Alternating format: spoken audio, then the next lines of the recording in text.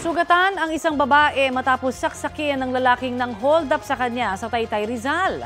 Arestado po ang suspect na umami naman sa krimen. Balitang hatid ni EJ Gomez, exclusive.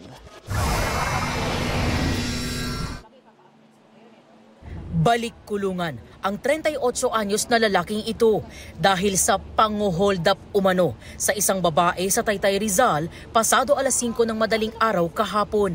Ayon sa pulisya, naglalakad ang 29 anyos na biktima sa kalsada ng Samagta Floodway sa Barangay San Juan nang mangyari ang insidente. Yung ating biktima, galing siya sa trabaho, isa siyang call center agent.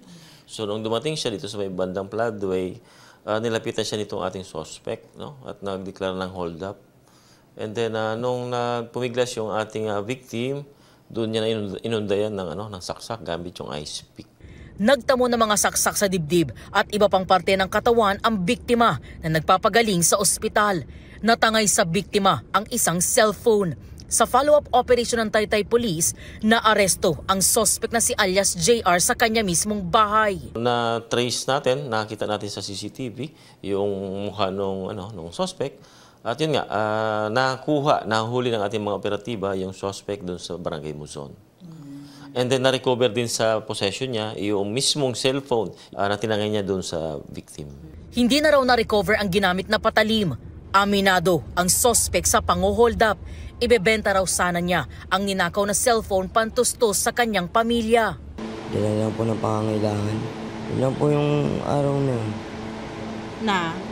Nagawa ko po yun. Nang tanungin ukol sa ginamit niyang patalim, naiyagis ko po yun sa may ilog. Humingi po ako ng sorry sa inyo, ma'am.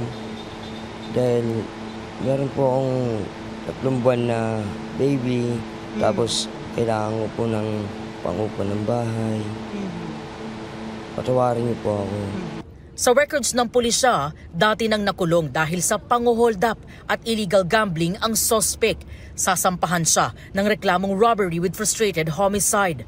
Sinusubukan pa ng GMA Integrated News na kunan ng pahayag ang mga kaanak ng biktima.